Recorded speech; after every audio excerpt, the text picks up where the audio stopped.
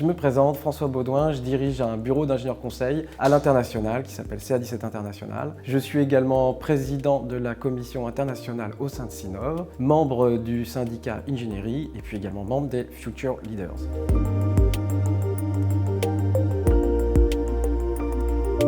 Alors les attentes des jeunes vis-à-vis du monde professionnel, contrairement à ce qu'on pourrait penser qu'ils soient extrêmement focus sur équilibre vie personnelle et professionnelle, certes c'est vrai, mais ça ne dépend pas uniquement de cette génération, on a tous le même sujet. Oui, ils ont besoin de cet équilibre, mais ils ont surtout besoin de sens dans le métier qu'ils font. Ils ont besoin aussi d'être mis en avant, pas toujours être derrière, avoir le dirty work comme on dit, être responsabilisés, et à partir de ce moment-là, ils sont capables de démontrer beaucoup d'engagement.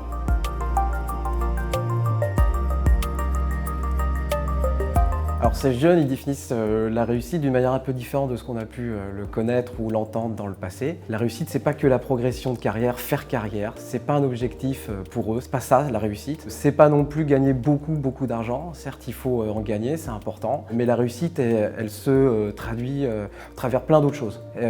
Aujourd'hui, ce qu'on voit, c'est qu'une réussite, c'est quelqu'un qui prend plaisir. Avant tout, dans un métier où il a une excitation intellectuelle, où il peut aller sur le terrain, participer à côté d'experts plus expérimentés, où ils peuvent montrer ce qu'ils ont en compétences, prendre leur place, être sur le devant de l'estrade aussi, être engagé. Ça, c'est quelque chose qui est important pour notre groupe.